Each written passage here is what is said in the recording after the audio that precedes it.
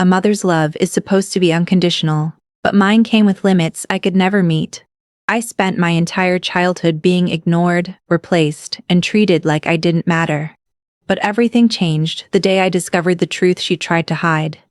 This is not just a story about pain. It's a story about power, survival, and a revenge no one saw coming.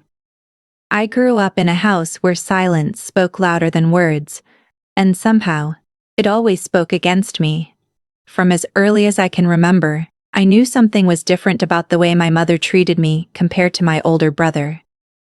It wasn't something obvious at first. No one openly said it, but it lived in the small details. The way she smiled at him when he walked into the room, the way her voice softened when she called his name, and the way her eyes seemed to lose all warmth when they landed on me. As a child, you don't understand favoritism in clear terms. You just feel it, like a constant weight pressing down on your chest.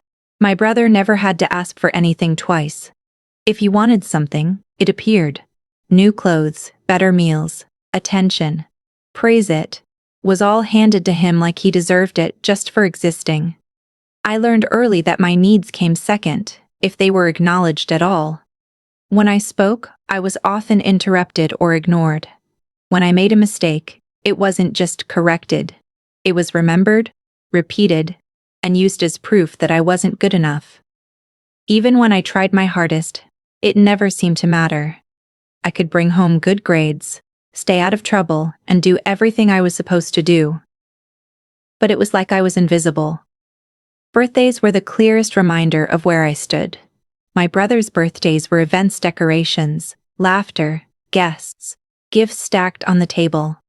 Mine were quiet, almost uncomfortable.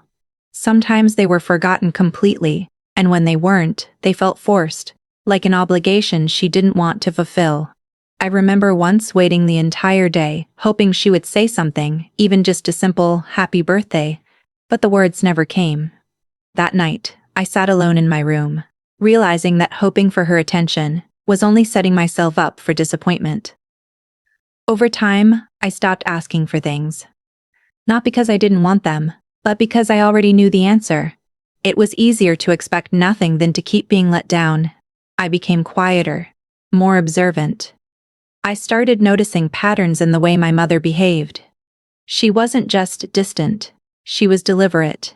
Every decision she made seemed calculated, like she was always thinking 3 steps ahead.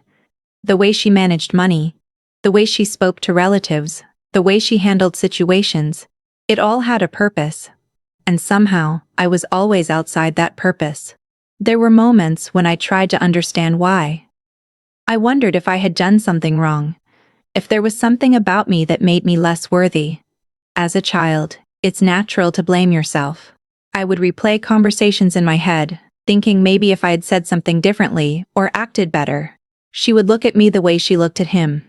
But no matter what I changed, the outcome stayed the same. That's when the doubt started turning into something else. Something colder. By the time I reached my teenage years, the emotional distance between us felt permanent. Conversations were short and functional, never personal. She would ask where I was going or what I was doing, but never how I felt. It was like I was just another responsibility she had to manage, not someone she cared about. My brother, on the other hand, remained the center of her world. She defended him even when he was wrong, supported him without question, and trusted him in ways she never trusted me. That's when I began to shift. Instead of trying to be seen, I started watching more carefully. I paid attention to everything, the way she handled documents, the calls she took in private, the way her tone changed depending on who she was speaking to. I realized there were layers to her that I had never understood before. She wasn't just a mother playing favorites. There was something deeper, something hidden beneath her actions. I also began to understand something important about myself. The more she ignored me, the more independent I became. I learned to rely on my own decisions, my own judgment. I stopped seeking approval and started focusing on control over my reactions, my choices, my future. It wasn't easy and it didn't happen overnight, but slowly, I started to detach from the need for her validation. There were still moments when the old feelings came back, when I wished things were different, when I wondered what it would feel like to be chosen, to be valued. But those moments didn't last as long as they used to. Instead, they were replaced by a growing sense of awareness. I wasn't just living in that house anymore. I was studying it. And the more I observed, the clearer it became that I was never meant to fit into the life she had planned. I wasn't overlooked by accident. I was excluded by design. The night everything began to change didn't feel important at first. It was quiet, like any other night, and I was in my room pretending to study. The house had that familiar stillness, the kind where every small sound carries through the walls. That's when I heard my mother's voice from the hallway. It wasn't unusual for her to be on the phone, but something about her tone made me pause. It was softer than usual, almost careful, like she didn't want to be overheard. That alone was enough to catch my attention because she was never careful around me. She never needed to be. I stepped closer to my door and left it slightly open. Her voice became clearer, though I still couldn't hear every word. But then one sentence cut through everything else. He must never find out before 18. My heart started beating faster, not because I understood what she meant, but because I knew it involved me. There was no one else she would talk about like that in his house. My brother didn't have rules or secrets attached to him. He lived freely, openly. Whatever this was, it was about me. I stayed still, listening, trying to catch more, but her voice dropped again. And soon after, the call ended. I went back to my desk, but I couldn't focus. That sentence kept repeating in my head. Find out what? And why 18? It didn't make sense, but it felt important to Murph, that she was hiding it. That night, I didn't sleep much. My mind kept running through possibilities, each one more confusing than the last. But one thing became clear by morning: if she didn't want me to know something, then it was something I needed to find out. I didn't rush into it. I knew better than that. My mother noticed everything when it came to control, even if she ignored everything else about me. So I moved slowly, carefully, like I had learned to do over the years.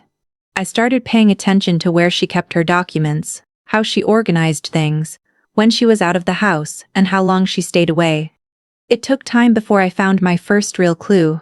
One afternoon, when she was visiting a relative, I went into her room. I had never done that before. Not like this. It felt wrong but also necessary. I wasn't looking for anything specific at first, just something that could explain what I had heard. Most of what I found was ordinary. Bills, old papers, personal files. Nothing that stood out. But then I noticed a locked drawer in her desk. That was unusual. She didn't lock things unless they were important. I didn't have the key, but I had time and patience. It took me a few attempts, but eventually I managed to open it. Inside were neatly organized documents, all labeled and filed. I started going through them one by one, trying to stay calm even as my curiosity grew stronger. And then I found it, a file with my name on it. My hands hesitated for a second before opening it. I wasn't sure what I expected. Maybe school records, maybe something small. But what I found was something else entirely. Legal documents, financial statements, and at the center of it all, one phrase that changed everything: trust fund. I stared at the papers, trying to understand what I was seeing. The numbers alone were enough to shock me. It wasn't a small amount. It was significant, more money than I had ever imagined being connected to my name. The documents explained that it had been set up by my father before he passed away. It was meant for me, to secure my future. For a moment, I felt something I hadn't felt in a long time. Something close to relief. Like maybe, just maybe, there had been someone who thought about me, who cared enough to leave something behind. But that feeling didn't last. Because as I kept reading, the details became darker. The fund wasn't directly in my control. Not yet. My mother was listed as the legal guardian of the account until I turned 18. She had full authority over it. Every transaction, every decision, every withdrawal. And then I saw the statements. Transactions over the years. Withdrawals that didn't make sense. Amounts that were too large, too frequent. It didn't take long to realize what was happening. She wasn't protecting the money. She was using it. Slowly. Quietly. Like she thought no one would ever notice. My chest felt tight as everything started connecting. Her behavior, her control, her distance, it all fit together now. I wasn't just the unwanted child. I was something else entirely. Something useful. Something she needed to keep close, but not close enough to question anything. That's why she never chose me. Because choosing me would mean caring. And caring would make it harder to do what she was doing. I went through every document carefully, making sure I understood it all. The dates, the signatures, the conditions. There was a clause that stood out to me. It mentioned that full control of the trust would transfer to me on my 18th birthday. Until then, everything depended on her. That's why she had said what she said on the phone. He must never find out before 18. Because if I knew earlier, I might stop her. I carefully put everything back the way I found it and locked the drawer again. When I left her room, nothing looked different. But everything had changed. I wasn't confused anymore. I wasn't guessing. I knew the truth. And once you see something like that, you can't unsee it. I didn't confront her after discovering the truth. That would have been the obvious move. And I'd learned long ago that obvious moves rarely worked in my favor. My mother thrived on control, and confrontation would only give her a chance to tighten her grip. Instead, I chose silence. Not the helpless silence I had grown up with, but a controlled, deliberate one. I let her believe nothing had changed, that I was still the same quiet, overlooked person she had always known. If anything, I became even more predictable.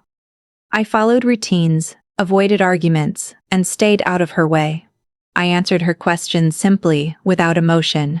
I made sure there was nothing about my behavior that would raise suspicion. It wasn't easy, especially knowing what I knew, but I understood the importance of timing. Acting too soon would ruin everything. Behind that calm surface, I was working constantly. The documents I had found were just the beginning. They told me what was happening, but not enough to prove it. If I wanted to stop her, I needed more than suspicion. I needed evidence that couldn't be ignored. I started with what I had access to. Whenever she left the house, I would quietly check the locked drawer again. This time, I wasn't just reading. I was memorizing details, account numbers, transaction patterns, dates. Eventually, I found a way to copy some of the information without leaving any trace. It was slow work, but I didn't rush it. One mistake could alert her, and I couldn't afford that. At the same time, I realized I needed knowledge.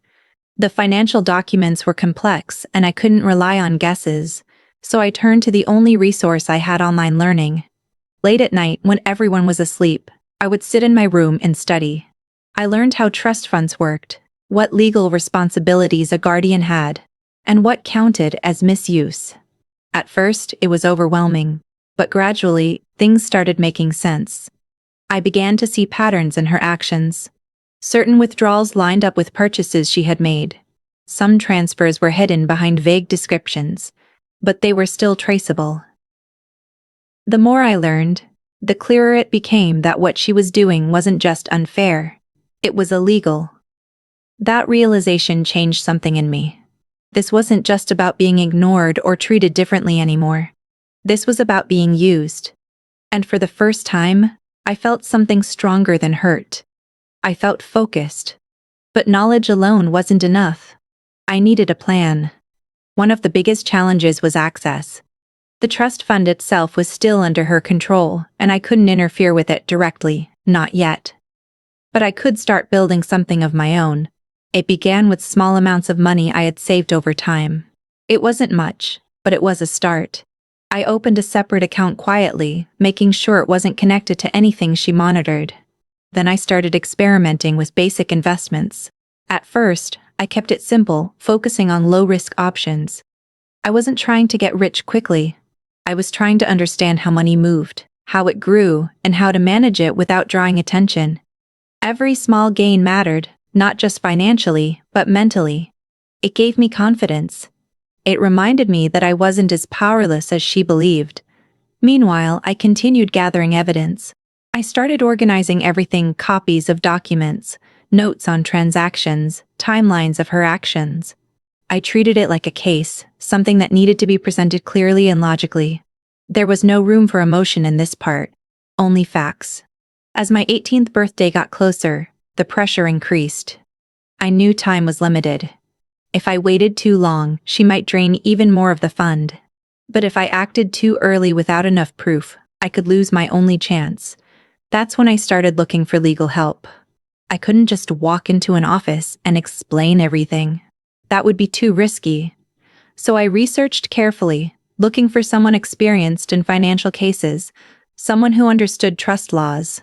After weeks of searching, I found a lawyer who seemed right. Contacting him was one of the most difficult steps, not because of fear, but because it made everything real. Once I involved someone else, there was no going back. I arranged a meeting quietly, making sure my mother wouldn't know. When I finally sat down and explained everything, I expected doubt. But instead, he listened carefully, asking precise questions, reviewing the documents I had brought. By the end of the meeting, his expression had changed. What I had wasn't just a suspicion anymore. It was evidence. He explained something that shifted the entire situation. There was a legal clause that allowed early intervention if misuse of a trust fund could be proven before the beneficiary reached the age of control. It wasn't easy to trigger, but it was possible. That was the loophole I needed. From that point on, everything became more structured. I worked closely with him, providing additional information, clarifying details, and strengthening the case. Every document mattered. Every record added weight. Through it all, I continued acting the same at home. Quiet. Predictable. Unaware. My mother didn't suspect anything. If anything, she seemed more relaxed as my birthday approached, as if she believed she had already won. But what she didn't realize was that the person she had ignored for years was no longer the same, and this time, I wasn't just watching her moves. I was preparing to end them. The morning of my 18th birthday began like any other day, but there was something in the air that felt different. It wasn't just because I had finally reached the age that had been mentioned in those documents, or because of what it legally meant for the trust fund. It was because I knew something my mother didn't, that this day wasn't going to go the way she expected. For years, she had controlled everything quietly, carefully, believing that she had enough time to finish what she started. But time had run out. When I stepped out of my room, she was already awake. That alone was unusual. She wasn't someone who cared about my schedule, let alone my birthday. But that day, she was present, watching, almost waiting. There was a smile on her face, one I hadn't seen directed at me in years. It didn't feel warm or genuine. It felt calculated, like everything else she did. "Happy birthday," she said, her voice softer than usual. For a moment, I just looked at her. If I didn't know the truth, I might have believed it meant something. But now, I could see it clearly. This wasn't about me. This was about what she thought she had secured. "Thank you," I replied calmly, keeping my tone neutral. She studied me for a second, as if trying to read something in my expression. But I gave her nothing. That had become my strength over time: control over what I showed and what I kept hidden. After a brief pause, she turned away and went back to her routine, but I could feel her attention lingering. The hours passed slowly. Every movement felt deliberate, every conversation controlled. I stayed in my room for most of the morning, going over everything one last time in my mind. The documents, the evidence, the conversations with the lawyer. It all led to this moment. There was no uncertainty left, only execution. At exactly noon, I made the call. It was short and precise. Everything had already been prepared. There were no long explanations, no emotional words. Just confirmation. "It's time." After that, there was nothing left to do but wait. The first sign that something was happening came about an hour later. My mother received a call. I could hear her voice from the other room, at first steady, then slightly tense. She asked a few questions, her tone sharpening with each one. When she hung up, the silence that followed was different. It wasn't the usual quiet of the house. It was heavier, uncertain. She walked toward my room and stopped at the door. "Did you do something?" she asked. It wasn't an accusation yet, more like a suspicion forming in real time. I looked up at her, keeping my expression steady. "Do what?" For a second, she hesitated. That hesitation told me everything. She didn't know yet. She could feel something shifting, but she didn't understand it. Before she could say anything else, the doorbell rang. That was the moment everything changed. She glanced toward the front door, then back at me, as if trying to decide which direction to focus on. Finally, she turned and walked away. I followed a few seconds later, not rushing, not hesitating. When she opened the door, 2 people were standing outside. One of them was the lawyer I had been working with. The other was an official representative, someone whose presence made the situation immediately serious. The look on my mother's face shifted instantly. Confusion turned into concern, and concern quickly turned into something closer to fear. "Can I help you?" she asked, trying to maintain control.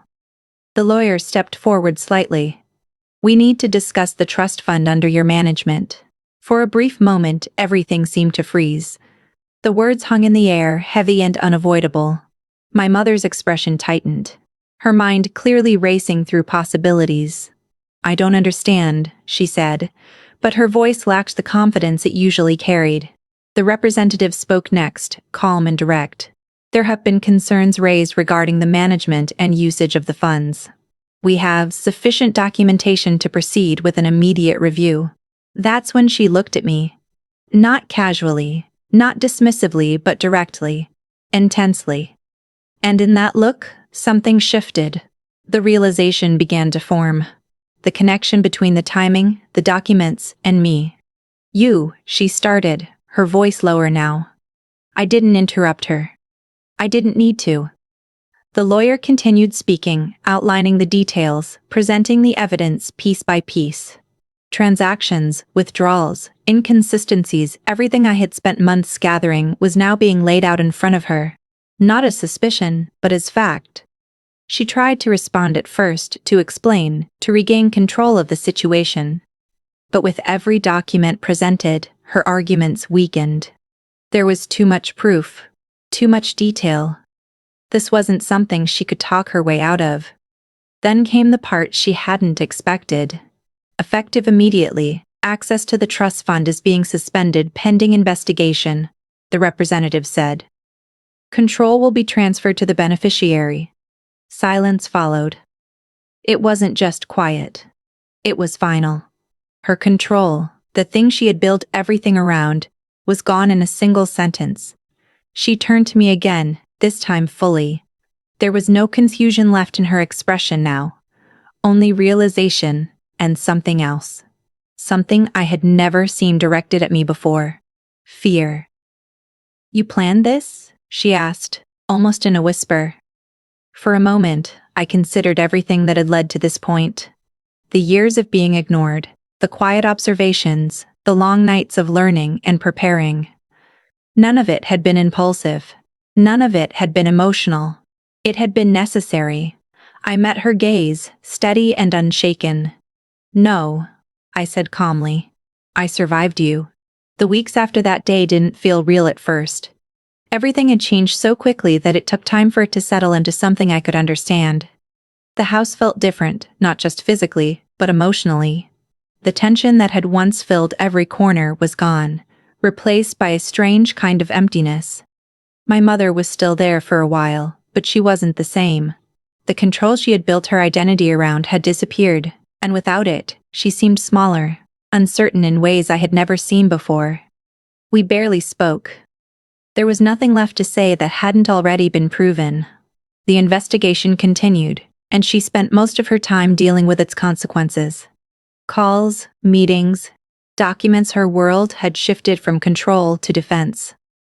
I watched it happen, not with satisfaction, but with clarity. For the first time, I wasn't inside her system anymore. I was outside of it, looking in.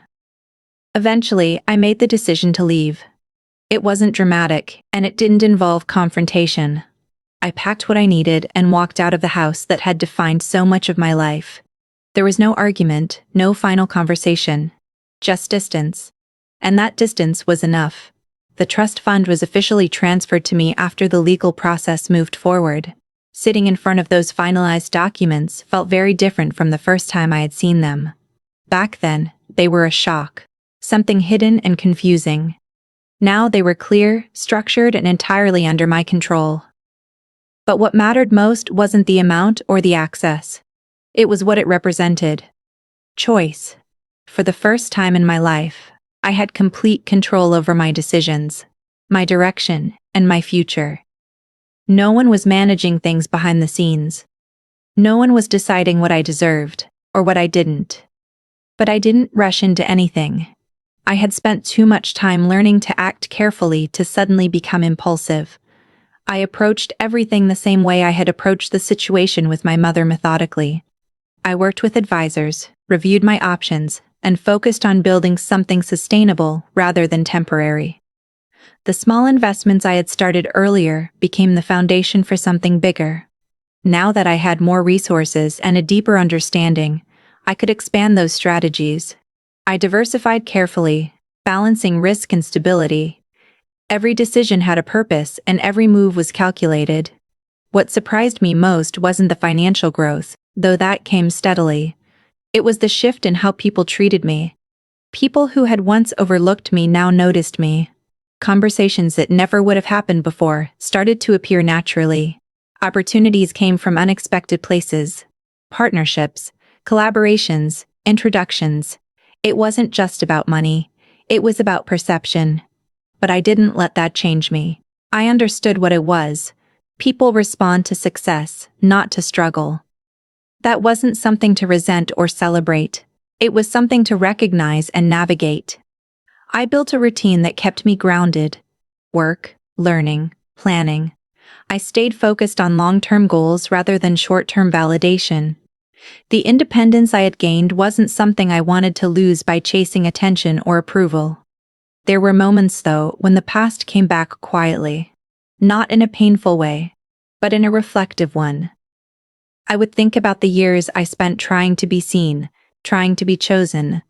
It felt distant now, like a version of myself that no longer existed. That version had been shaped by rejection. This version was shaped by awareness.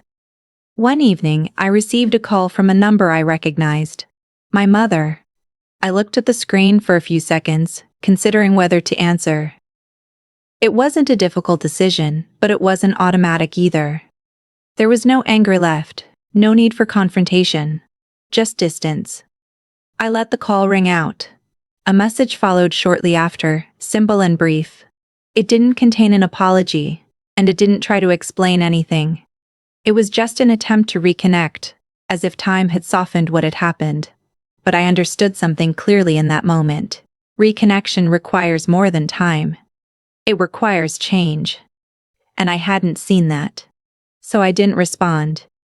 It wasn't about punishment. It wasn't about punishment. It wasn't about revenge anymore. That part of the story had already ended the day. Everything shifted. This was about something else entirely. Control over my own boundaries. Days turned into months, and my life continued to evolve. New projects, new environments, new people. Each step moved me further away from the version of my life that had been defined by limitation. What stayed with me, though, wasn't the money or the success. It was the understanding. I understood how easily people can be underestimated, how silence can be mistaken for weakness, and how control can blind someone to the truth. My mother had believed she had everything managed, everything secured, but she had overlooked one thing: me. Not because I wasn't capable, but because she never chose to see me that way. And that became the difference. Because while she was focused on maintaining control, I was learning how to build it. And now, every decision I make, every opportunity I take, every direction I choose, it all comes from a place that no one else controls. Not expectation, not approval, not fear, only choice.